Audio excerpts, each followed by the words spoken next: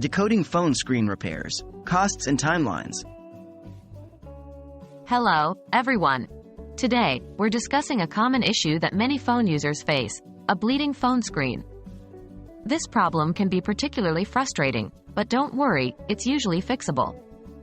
Let's talk about how much it costs to repair a bleeding phone screen and how long it generally takes to get it fixed. What is a bleeding phone screen? A bleeding phone screen is often used to describe a situation where your smartphone's liquid crystal display, LCD, leaks and spreads out across the screen. This typically results in patches of discoloration, which may look like your phone screen is bleeding. It's often caused by physical damage, like drops or impacts, but it can also result from manufacturing defects. How much does it cost to repair a bleeding phone screen? The cost of repairing a bleeding phone screen largely depends on the model of your smartphone and where you get it repaired. Generally, if you take your phone to an authorized service center, the cost can range from $100 to $300. This price includes the parts and labor. However, if you choose a third-party repair service, the cost might be lower, but the quality of the repair can vary significantly. It's important to remember that using third-party services might void your phone's warranty.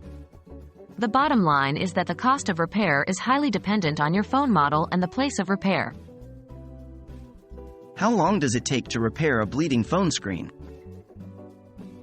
The timeline for repairing a bleeding phone screen can also vary.